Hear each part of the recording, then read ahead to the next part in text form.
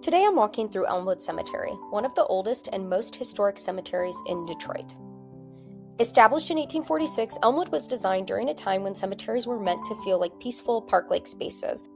It spans more than 80 acres right here in the middle of Detroit, just 2 miles from downtown, and it's the final resting place for thousands of Detroiters, from inventors to politicians to educators and activists. Some of Detroit's most well-known names are buried right here. Today, because it's Women's History Month, I wanted to take advantage of a break in the weather and highlight just a few of the women I was able to find during this visit. There are so many more stories here, and I'll definitely be coming back and doing more videos, but for now we're starting with these 4 incredible Detroit women. The first grave I was able to find, albeit it took me a couple of days, was Fannie Richards. Fannie was a pioneer in Detroit education. She was born October 1st, 1840 in Fredericksburg, Virginia, and as a child moved to Toronto, Canada, where she was able to receive an education at a time when most Black children in the U.S. could not. In 1863, after settling in Detroit, she opened a private school for Black children and later became a teacher in the city's segregated public school system. But she didn't just teach, she actually helped change the system. In 1869, after a legal challenge that she supported, the Michigan Supreme Court ruled segregation in schools was unconstitutional. This helped integrate Detroit's schools decades before it became national law through Brown v. the Board of Education. She went on to teach for over 40 years and in 1871 introduced Michigan's first kindergarten classroom. Fannie Richards passed away on February 14, 1922, at the age of 81. Moving on to Section T of the cemetery, I was able to find the grave of Mother Waddles. Charlotta Lena Campbell Waddles was born October 7, 1912. She was one of the oldest of 7 children, and after her father passed away, she left school early to help support her family. She moved to Detroit in 1936, where she later became an ordained minister. She believed faith should be shown through action. In 1950, she opened the Helping Hand restaurant, serving meals for as little as 35 cents and often for free.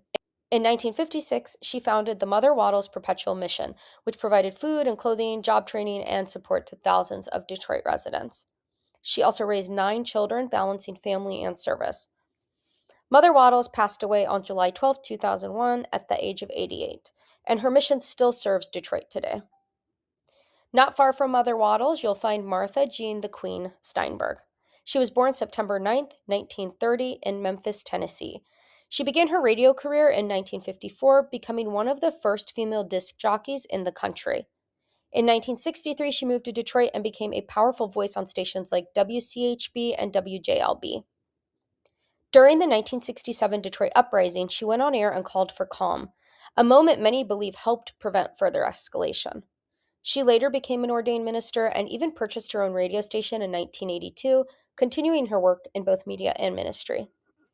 Martha Jean Steinberg passed away on January 29, 2000, at the age of 69. Meandering over to Section A2 of the cemetery, we find Jessie Pharr Slaton. Jessie is not interred here. This is actually a cenotaph. She was born in 1908 in Atlanta, Georgia, and moved to Detroit in 1918 during the Great Migration. In 1933, she began working at Detroit City Hall, becoming one of the first African Americans in city government to hold a white-collar job. She later became a teacher, then pursued law, eventually breaking barriers in Detroit's legal system. In 1972, she became the first woman referee in Recorder's Court and later a Common Pleas Court judge. Sadly, her life ended on September 1st, 1983, when she was a passenger on Korean Airlines Flight 007, which was shot down during the Cold War. Her remains were never recovered, but the memorial marker here at Elmwood ensures that she is remembered, and it's laid right next to her husband. Thanks for taking the time to watch the video and walk through Elmwood Cemetery with me today. There are so many more stories here, and I'm really looking forward to coming back and continuing this series. If there's someone you think I should feature next or a story you'd like to see told, I'd love to hear from you, so make sure you leave a comment below. And if you enjoyed this video, don't forget to like, subscribe, and share so we can keep bringing more of Detroit's history to life. I'll see you on the next walk.